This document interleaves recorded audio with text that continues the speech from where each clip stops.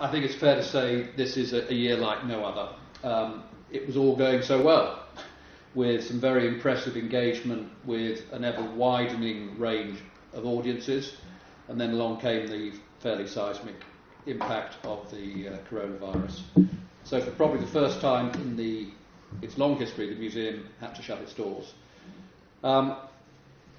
It's fair to say that David and his team have risen to the occasion remarkably, demonstrating professionalism, commitment and flexibility through some extraordinary disruptions and difficulties.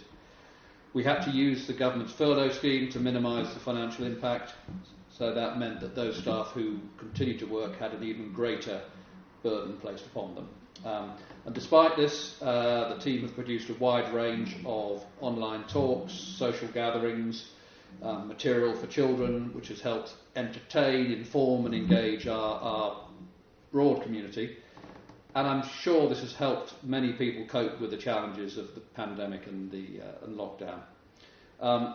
And of course there's been an enormous amount of work planning and operating the reopening of the museum to the public over the last couple of months, which has been very well received by people who've been here. I think at times like this there is a greatly increased awareness of the very positive contribution that museums and collections and their related stories make to a sense of well-being and a sense of belonging. And we've seen that in the response of the visitors and the people who participated in our online events. So I just wanted to very formally, on behalf of all the trustees, on behalf of all the members, to thank David and his team. And I normally sort of say David and his team, but I'm actually going to say all their names now in alphabetical order, so that I can't be accused of any favouritism. Ali, Emma, Heather, Jackie, Jane, Karen, Lisa, Mandy, Nicola, Rachel, Sarah and Will. Thank you very much for all your sterling work in such very challenging circumstances. It really is appreciated by us all. And we have some spontaneous applause breaking out in the here in the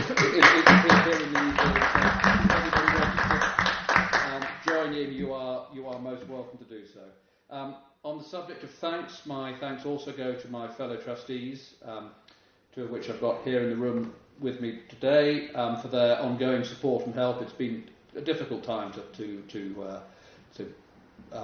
support the society, but we've been very ably helped by the trustees and the number of volunteers without whom the society would not be able to function. At the end of David's talk, he's going to give you some further details about the Assize Court.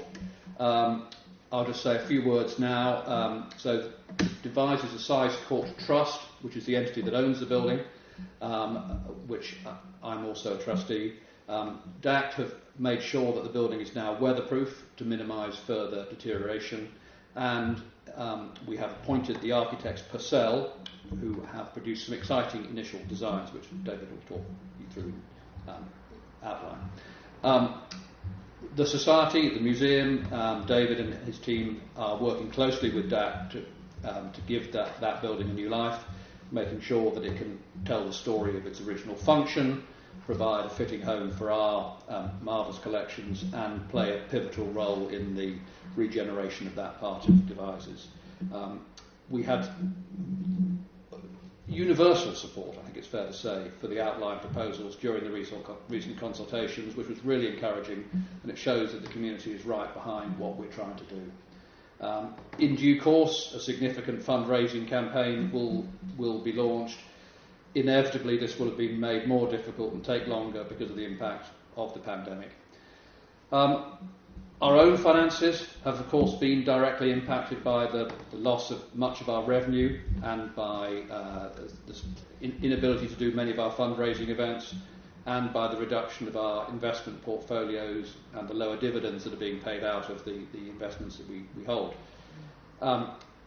However, we have a good diversity of income sources, which includes our greatly valued members' subscriptions. We have grants from Wiltshire Council, Devizes Town Council, the Arts Council and others.